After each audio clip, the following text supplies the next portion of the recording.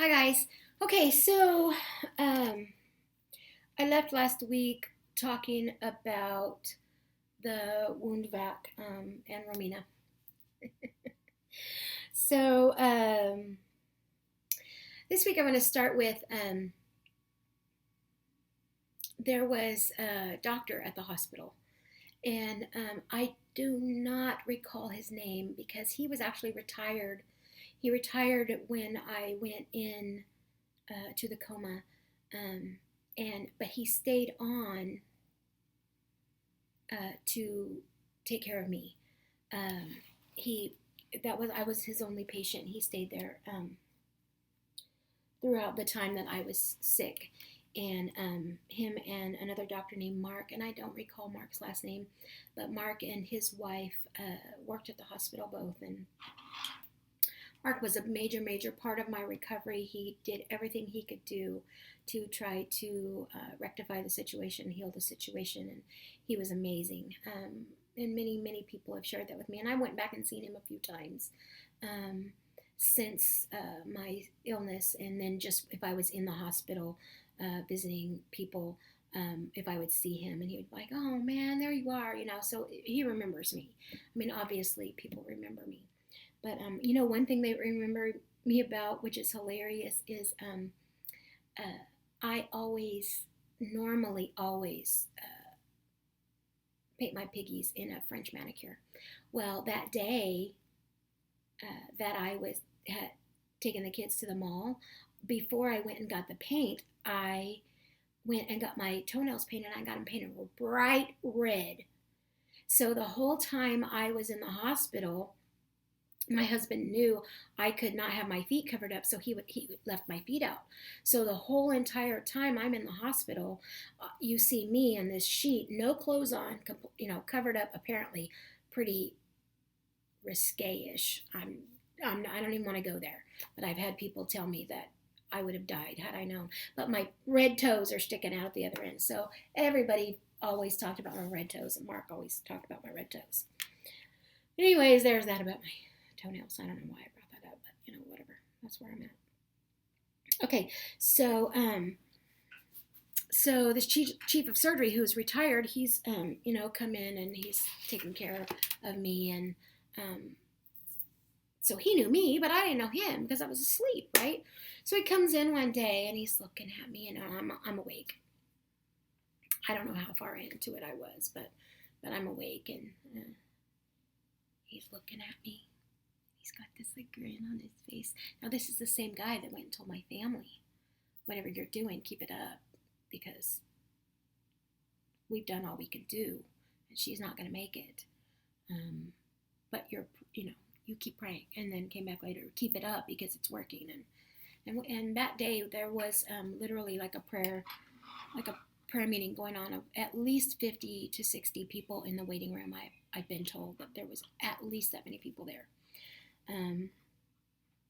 So anyways, he walks in my room and he's like grinning at me, and I'm like, do I know you? I don't know you. Who are you? And he's all, oh, I'm the chief of surgery here, and I'm retired, but I've stayed here for you, and I just wanted to come in and see you and talk to you, and just talk to the miracle girl. And I was like, yeah, the miracle girl, huh? And he was the first person that told me I was the miracle girl. But apparently the whole hospital was talking about the miracle girl, and did you see the miracle girl, and all this info that they viewed as like miraculous. And it was, I mean, there ain't no way around it. It was miraculous.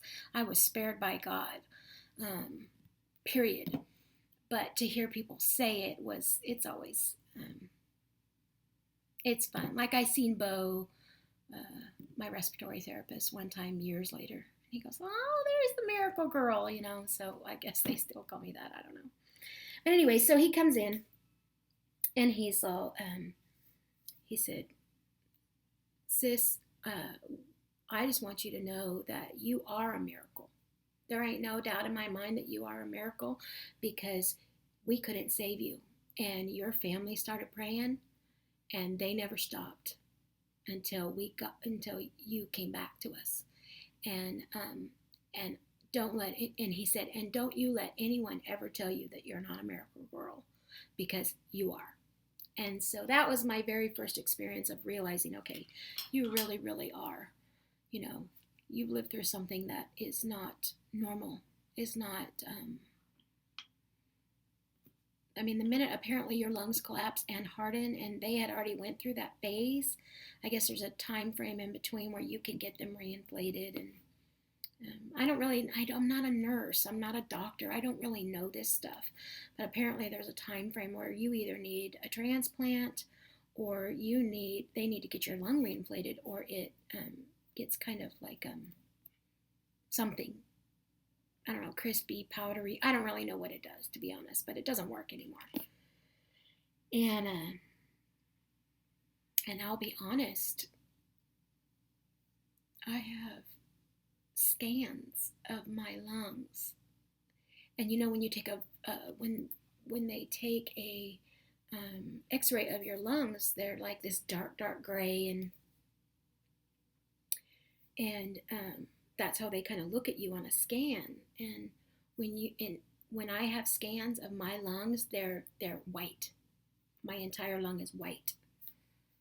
So like when someone has to take a picture of my lungs or anything, and they see, white on my lungs, I'm like, okay, calm down. I know what you're seeing. I mean, they're immediately like dying, they're like, I need someone else to look at these. I'm like, calm down. I already know what my lungs look like. I'm fine. Am I supposed to be fine? No. Should I be breathing and living and singing? No. Oh, they told me I would never sing. I probably wouldn't talk again. Normally I would have a hard time talking. I would never sing again.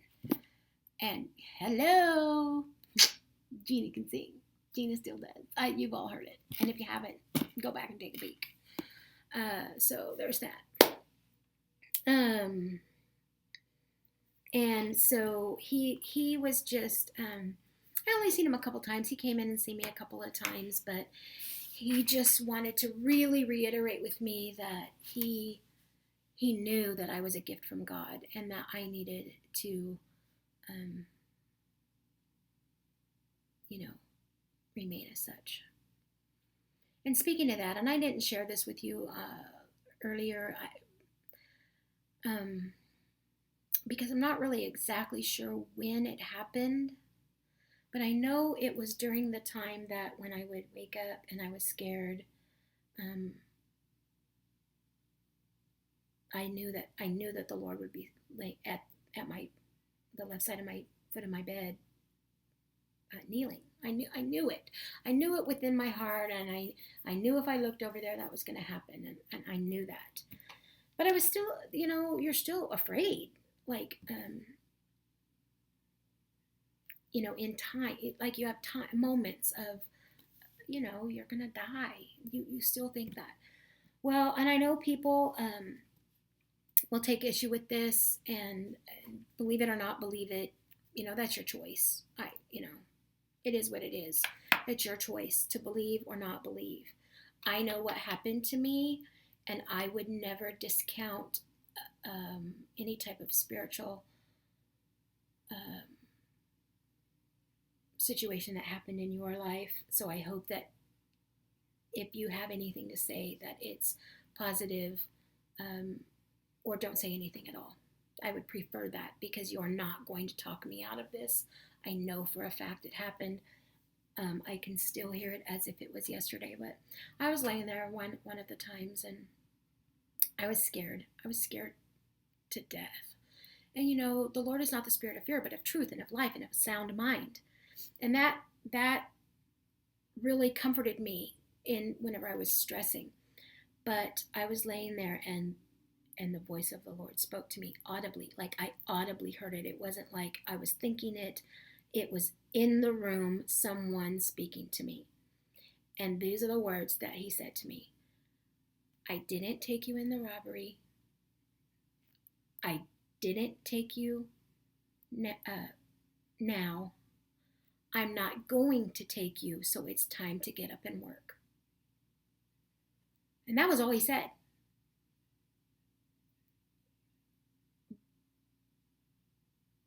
would there ever be a moment in my life that I would forget those words? No, never. If you hear the voice of the Lord, you don't forget it. Ever. I didn't take you in the robbery. I didn't take you now. I'm not going to take you, so it's time to get up and work.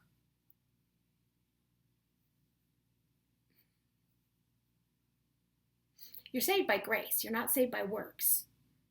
So if you ask the Lord into your heart and you've accepted him as your Lord, your Savior, it has nothing to do with works. So what was that about? Your mind thinks these kind of things. And I believe, for me, it evolves. There's certain things that I think that it pertains to me at certain times, but I believe that it's me, in me telling you this story, in me sharing my faith in Christ, in me sharing the situations that you cannot talk me out of. There ain't no way on God's green earth that you can't tell me that the Lord was at my feet praying for me, that he didn't audibly speak to me, and that I saw the river of life, which I didn't actually share that with you when I shared that, but I believe what that river that I saw was the river of life. I believe it because it was so beautiful. It was undescribable, clear, and beautiful. And I just believe that's what I saw. Take it, don't take it, that's your call. But there we have it. So I did want to just share that with you. But a couple of other things that I want to share today was, so I did have a bad experience in the hospital. And her name was Patricia. Patricia, the traveling nurse. That should I ever see her again in life, I'm going to smack the crap out of her. And you think that's a very Christian attitude? No, it's probably not. Okay, you got a woman who is intubated. Can't speak because she has a tube down her throat. Yeah. So she comes in, and apparently I'm agitated. I'm irritating her, and I'm agitated. And I apparently wanted something. I don't know what. I don't know what I wanted. But I wanted something. I don't know. Well, she had come in and couldn't figure it out. It irritated her, so she left. She'd come in again, and I had irritated her, and so she left. And she'd come in a third time, and she goes, you know what? I can't figure out what you want. So I'm betting you want your teeth brushed. So someone who is intubated and cannot swallow nor deal with toothpaste got her teeth brushed all around that tooth thing. All around that.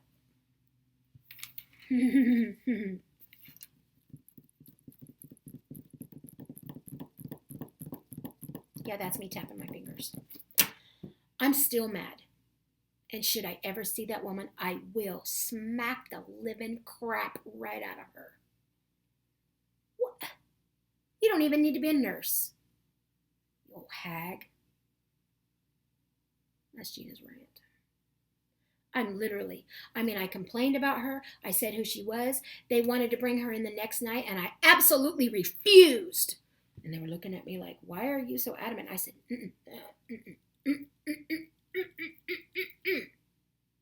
They were like, okay, we get you don't want Patricia in here. Can you tell me why? I said, that was really all I could do because I couldn't talk, right?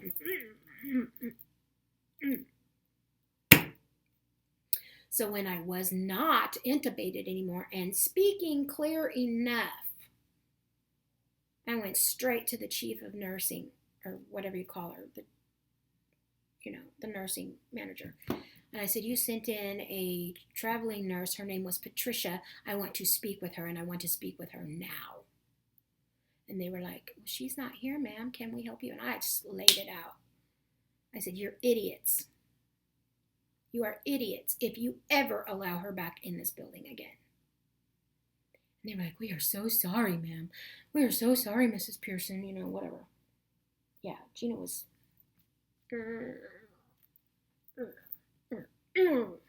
just saying. Gina don't get ruffled too bad, too often that she wants to actually hit someone. But I promise you, should I see her today, I will knock her out. Knock her cold in her cucumber. So, Patricia, if you're watching, you better just unsubscribe because I don't want you anywhere near me. You know who you are. If you are watching, you better look out. Gina's coming. Do I even look like that kind of a person? I know I don't, but she made me so furious. But we had a great nurse too. Her name was Lisa. She was a traveling nurse as well. However, she was with me apparently most of the time. The entire time I was in a coma, she was there, and very, very supportive of my husband. He loved her. We kept in touch with her for a couple years, and ultimately ended up losing. My computer crashed, and I lost her email. I never got to talk to her again, and that was upsetting. She moved to Arizona after she left Modesto, and took a position there, and then that was the end of it. We don't really remember. I don't even remember her last name anymore, but her name was Lisa, and she was wonderful, very, very helpful to my husband through the whole time, and made it as easy as she possibly could for him in his trial and time of trouble. And then I loved her. Once I woke up, she was wonderful. She really, really was. She was a wonderful nurse. Young kid. She was probably in her early 20s at the time, I'm guessing. She was a good girl. So they weren't all bad. But this Patricia chick, yeah, we'll just leave her alone. We'll just leave her alone. We'll just leave her alone. Okay, so Okay, so I'm going to talk about getting to leave the hospital. I don't really know exactly if there's more that I need to tell. Parts of the story I forgot, but we're going to talk about getting to leave the hospital. So I've had the surgery. I've got the wound vac on. I'm recovered a few days, and the doctor comes in, and not the chief of surgery, but whoever my surgeon was. And he was like, okay, ma'am, I forgot to tell you this part. This I didn't tell you. The day after my surgery, they tried to stand me up, and I hadn't stood up yet. And I don't think they comprehended that. I don't think they put two and two together that not only was I just post-op one day, but I was also post 2-month coma same day. Stood me up, and down I went, down to the ground. Couldn't get up. Hole in my back. Down. On the ground. Took like 3 people to get me picked back up and put back in bed. And then another time, I don't remember when this was, maybe the next day or something, they tried to stand me up. So they sat me up on the edge of the bed and sat me there, and then just stood me up at the edge of the bed, and out. Colder than cucumber. Fainted dead away. Fell back on the bed, and they were like, okay, she's not ready for this. Whatever. So I had a couple of episodes. But okay, so we're at the day where they've been talking to me for the last couple of days about I was going to have to leave the hospital because I was well enough, but I wasn't well enough to be home, that they were going to have to move me to a rehabilitation hospital downtown Modesto, which I know you all don't know this, but downtown Modesto is like Skid Row, ugly, nasty, no area. And the old city hospital in town was now a rehabilitation hospital. Well, I didn't want to go there. I was scared to death. Like, scared to death to go there. No lie. I was like, I don't know what to tell you, but I'm not going there. And they was like, well, we're going to move you there tomorrow. And I was like, no, I'm staying here. And they were like, no, you're going to have to go. This was a couple of weeks after I'd woke up. You're going to have to go to the rehabilitation hospital. And I was like, well, I don't know what to tell you because I'm not going to downtown Modesto. I'm just not going down there. And they were like, yeah, that's where we're going to send you. And I was like, no. And, so we're, whatever. So the doctor comes in and he goes, ma'am, I hear you're not wanting to go to the rehabilitation hospital. And I said, no, I'm really not. And he said, well, ma'am, the only way that you're going to walk out of this hospital, excluding going to the rehabilitation hospital is if you pick this wound back up and walk around the nurse's station twice. That was all he said. And he stood there and stared at me. Now, mind you, the first time they tried to get me up, I fell flat on my butt, down on the ground. It took 2 men to get me up. The second time they tried to sit me up, I fainted dead away and fell back on the bed. And I haven't been up since.